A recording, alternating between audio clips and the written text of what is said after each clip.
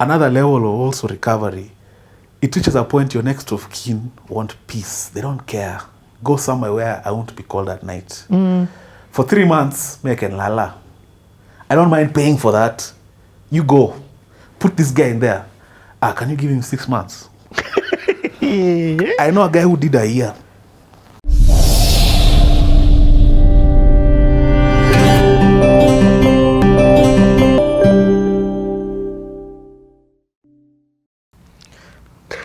Eric, the tagline on CTA is, you never truly know people until you take time out to get to know people. I am absolutely loving this CTA, not just for myself, because you're demystifying this addiction. And by the way, I can replace alcohol with heroin with weed with, you know. Absolutely, yeah.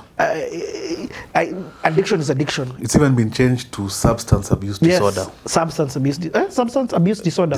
Because it cuts across. Of course, each kind of substance will have unique certain tenets, but the collective addiction, the trends are the same. Like, you start at experimental, you move on to heavy use, you move on to abuse, you move on to loss of control, and then you reach a point where it's even affecting your health. Yeah, and that's usually now the where people intervene. Unfortunately, when they should have intervened a lot earlier. Oh, that is so powerful. But I feel like it's very important. I need to say this because, let me tell you, if you decide to help an addict, again, addiction brings out the worst in terms of selfishness, entitlement. Sometimes you'll think you create your own kingdom in your head. Especially if people are rallying behind you. So you think, and again, subconscious, not because you're a bad guy. It's just a tenet of how this thing manifests. If you decide to take the steps to helping an addict, saddle up. It's not that people tend to think it's a rehab is dawa, at you take it and you're fixed. And that's what brings a lot of pain to families, because they think, I put him in rehab, he came out, he relapsed. Relapse is part of recovery. Yeah. It's part of recovery. Like, it's part of the process, because you learn. Some people will relapse once and get it. Some people relapse 10 times, some guys, but relapse is par for the course. Because an addict, unless how you ended up that first attempt of recovery is so dramatic where it's already your rock bottom. There's a rehab I was in where, I won't say his name, but he was owned by a fella who's very upper echelon society, but he had a heroin addiction, and at some point he found himself in Central Police, and not having a mattress for him was it.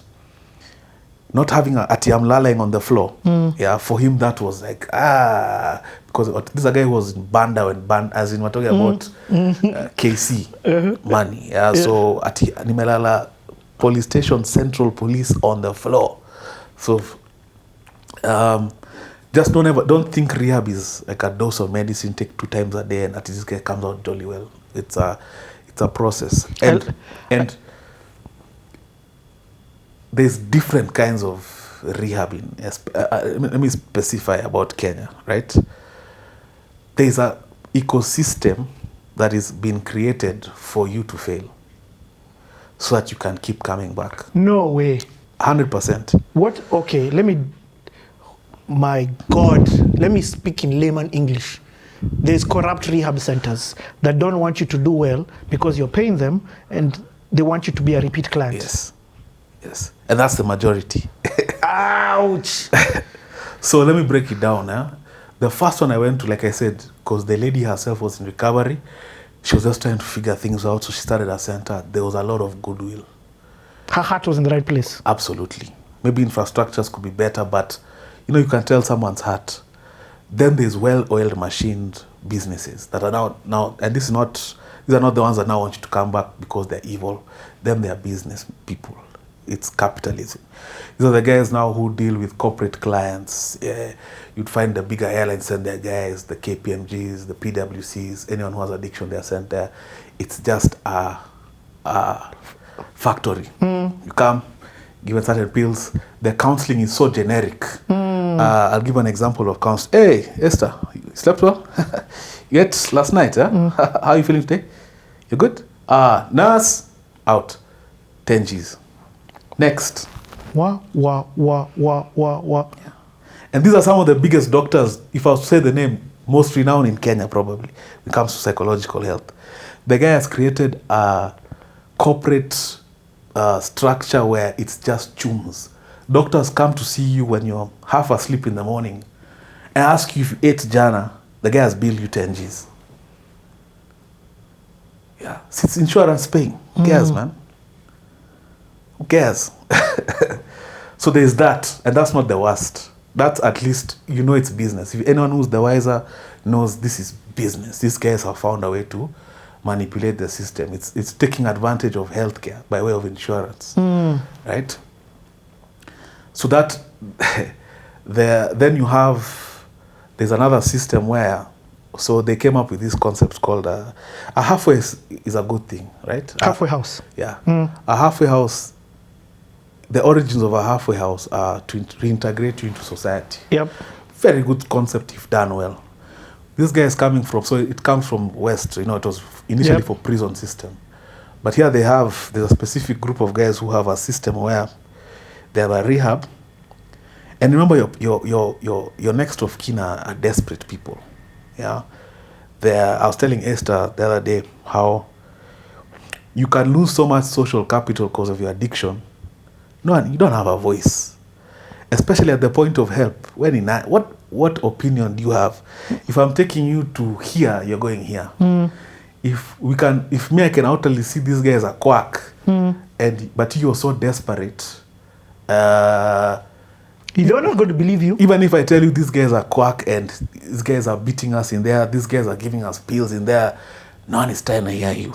No one is trying to hear your version of events because you've tested us for all these years. Yes, and you've lied. You've lied to us. You have a pattern of lying. Yeah, and now those institutions, they capitalize on that. Wow. So you'll find if they can see this guy is a good payer, like his parents can pay, or he or her parents can pay. You've done well in rehab. They take you to a halfway house somewhere in Parklands where it's such a messed up system. You're halfway back to rehab, not halfway back into society. No way.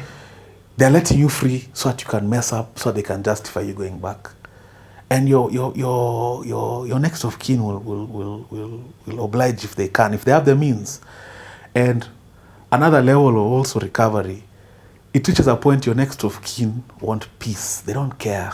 Go somewhere where I won't be called at night. For 3 months, me I can lala. I don't mind paying for that. You go. Put this guy in there. Can you give him 6 months? I know a guy who did a year.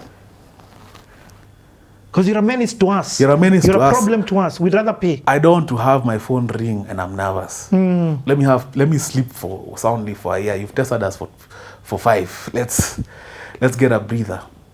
Wow. Yeah. So there's so many concocted things in the recovery space. So by the time you're taking someone to those places, do your due diligence. Ask people like me. Ask people who've been through that system. Don't trust the expensive looking hospital place or don't take things at face value. Do some homework. Especially if the intent is recovery. If the intent is to lock someone away somewhere safe, maybe you can choose some of those places. But yes, if you want recovery, and I found the lowest tier have the most goodwill. Right? So we'll get there. We'll get there. But there's something that you've said before we go back to Joburg, when you transition to Joburg, and I want you to say it again. You said, if you've decided as a family member to walk this journey of recovery with this addict, saddle up. You know, you said that's a Barbie term that me and you can understand.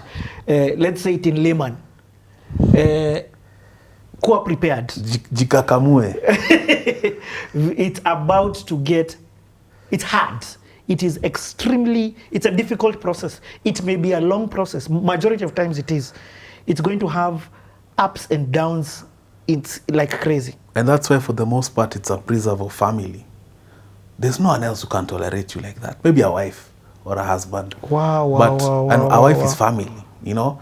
A friend, your best friend, the guy you call your best friend, bro, those guys have limits. They have their families to think about. So, and You guys, you said something that you've just made me understand.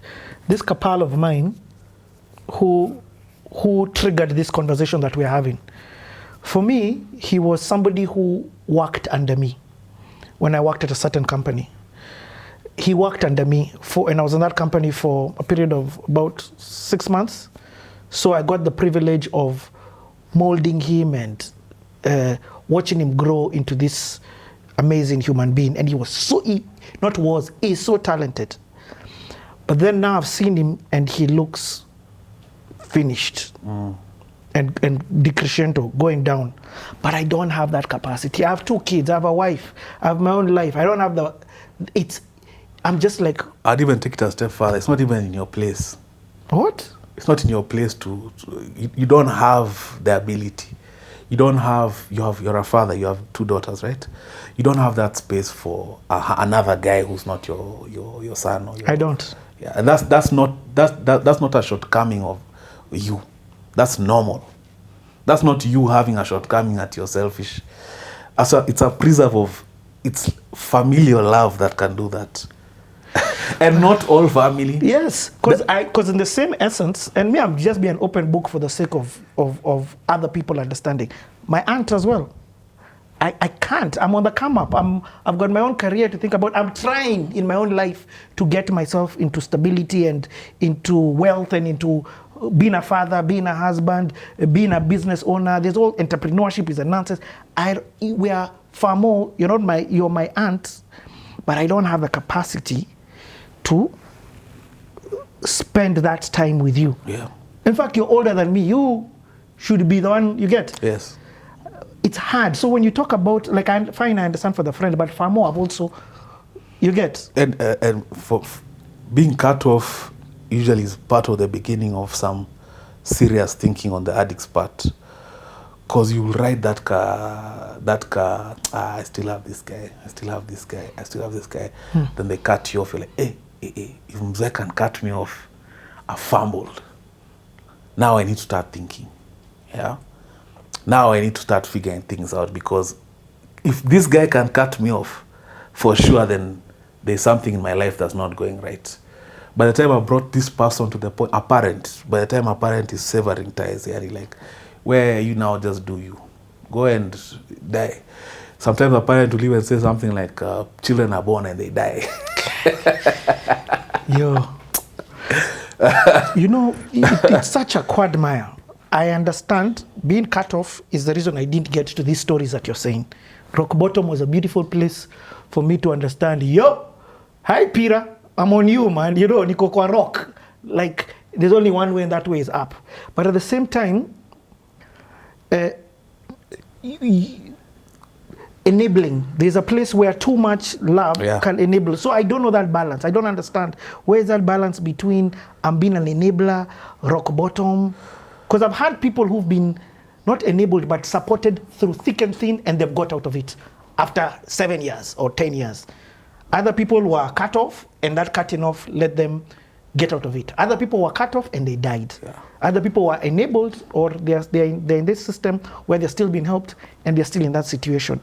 These are what families are battling through. But remember, I was telling you there's only 3 places addiction ends up. It's jails, institutions, or death. It's one of the 3 at some point.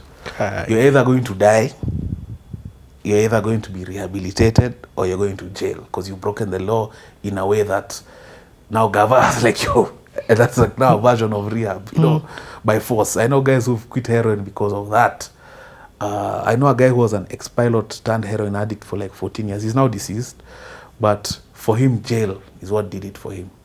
Because he stole and he was taken to jail. He did a 2-year bid, he got clean, obviously, because there's no heroin like that. And he spent the rest of his life being a recovery counselor until he succumbed. Wow. So for you, you had those 3 options. This is one of the 3 options that you ended up. No, jail, it's not an option, it's not a choice. You'll end up for sure in one of them. It's not a choice. Okay. So if you're not there, you're ending up in one of the 3. Absolutely. Okay. An institution is the best case because you're being given a chance. And remember, institution is not just rehab. There's Madhari. Yes. There's Portrees in Coast. What's the one in Kakamega? The one, is it Kakamega or Kisumu? I don't know that. That But crazy one there also. yeah, and hey, bro, Madare is Gava. So Okay, let's go back to Joburg. Okay, so what year do you now go